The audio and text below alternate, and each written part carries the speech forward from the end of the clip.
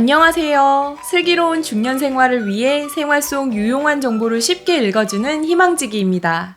지난 2014년 송파 세모녀 사건 기억하시나요? 큰딸은 만성질환을 앓고 어머니는 일자리가 없어 생활고에 시달렸음에도 지원금을 전혀 받지 못했다고 합니다. 바로 이것 때문인데요.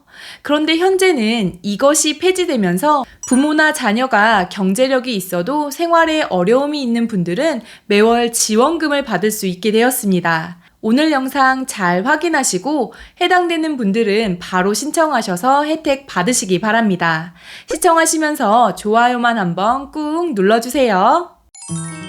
구독, 좋아요, 알림 설정 콕콕. 앞서 말씀드린 송파 세모녀 사건처럼 지원금을 받아야 할 정도로 가난하지만 부양 의무자 기준 때문에 지원금을 받지 못했던 분들이 정말 많았는데요. 부양 의무자 기준이란 소득, 재산 수준이 수급 기준에 부합할 정도로 가난하더라도 일정 이상의 소득, 재산을 가진 부양 의무자가 있으면 지원금을 받을 수 없도록 한 제도입니다.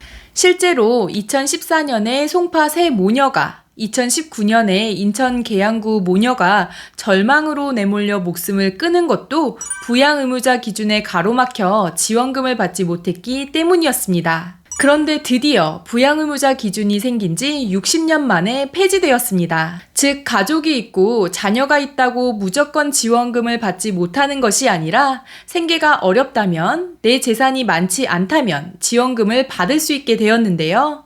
따라서 혹시 생계가 어려운데도 불구하고 소득이 있는 자녀가 있다는 이유만으로 생계급여를 받지 못하셨다면 앞으로는 생계급여를 받으실 수 있습니다.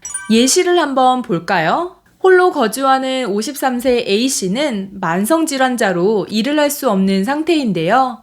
자녀가 취업하기 전까지 생계급여를 받을 수 있었지만 자녀가 취업하면서 생계급여 대상자에서 제외되었습니다. 즉, 이제 돈을 버는 자녀가 있으니 지원금을 받지 못하게 되는 건데요. 하지만 부양의무자 기준 폐지로 A씨가 건강을 회복해 다시 일을 할 수 있을 때까지 생계급여를 다시 받을 수 있게 된 것입니다. 예외가 되는 경우가 있는데요. 부모 또는 자녀가 연 1억 원, 월소득으로 환산하면 843만 원을 초과하는 고소득자이거나 재산이 9억 원을 초과하는 경우에는 생계급여 대상에서 제외됩니다. 그러니까 부양의무자 기준은 폐지되었지만 부양의무자가 소득이 높거나 재산이 많으면 생계급여를 지급하지 않겠다는 건데요. 이런 예외 조항이 있기 때문에 또 다른 사각지대가 발생할 것이라는 우려도 있습니다. 왜냐하면 자녀가 재산이 많다 할지라도 부모와 교류를 하지 않는 경우에는 여전히 지원을 받지 못하기 때문입니다. 그럼 생계급여를 받을 수 있는 기준을 알아볼까요?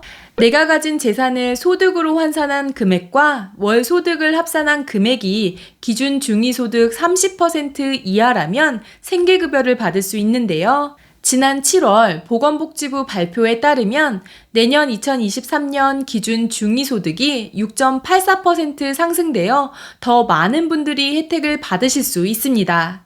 2023년 기준 1인 가구는 62만원, 2인 가구는 103만원, 3인 가구는 133만원 이하이면 생계급여를 받으실 수 있습니다. 그렇다면 생계급여는 얼마씩 지원될까요? 가구별 최저보장 수준에서 가구의 소득 인정액을 제외한 차액을 보충하는 식으로 지원되는데요. 예를 들면 2인 가구 A씨의 소득 인정액이 80만 원이라면 생계급여 2인 가구 선정 기준은 103만 원이므로 103만 원에서 80만 원을 뺀 23만 원을 매월 생계급여로 받으실 수 있으니 참고하시기 바랍니다. 오늘은 새롭게 바뀐 생계급여에 대해서 알려드렸는데요. 해당하시는 분이 있다면 꼭 신청하셔서 혜택 누리시기 바랍니다. 이와 관련해 문의사항이 있다면 살고 계신 곳의 주민센터에 방문하셔서 상담하시기 바랍니다. 이번 영상은 여기까지고요. 오늘 영상이 조금이라도 도움이 되셨다면 구독, 좋아요, 알림 설정 눌러주세요. 감사합니다.